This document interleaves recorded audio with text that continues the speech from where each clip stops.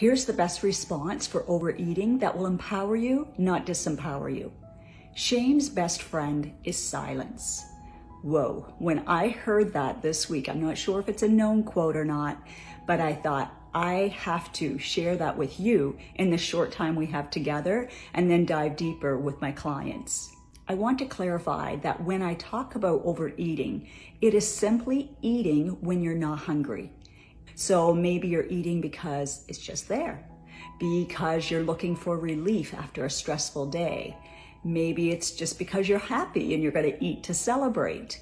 Anything that is used for an extra for you rather than fuel for your body.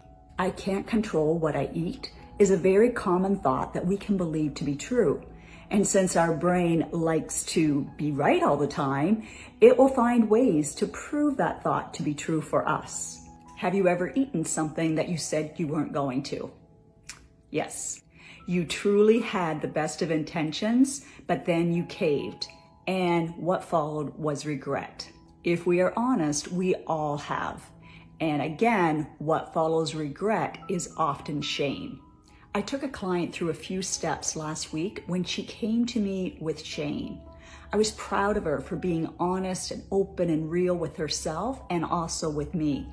And just simply by taking that first step, already shame was losing some of its power. Some people might say, well, why talk about it?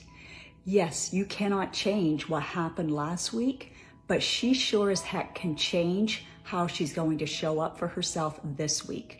Together, we created a plan for next time. Here's a glimpse of what it looked like. The first principle is to review your actions with compassion and understanding. Get clear on why it made sense for you to overeat at that moment. How were you giving yourself permission? What were you telling yourself? Did it sound something like, I've been good all week. I deserve this. Once you have a clear picture of why it makes sense that you overate by what you were thinking, then the next step is to ask, what would I do differently? Or would I like to do the exact same thing again? I remind my clients that they are the ones in the driver's seat. We as adults can do whatever we want.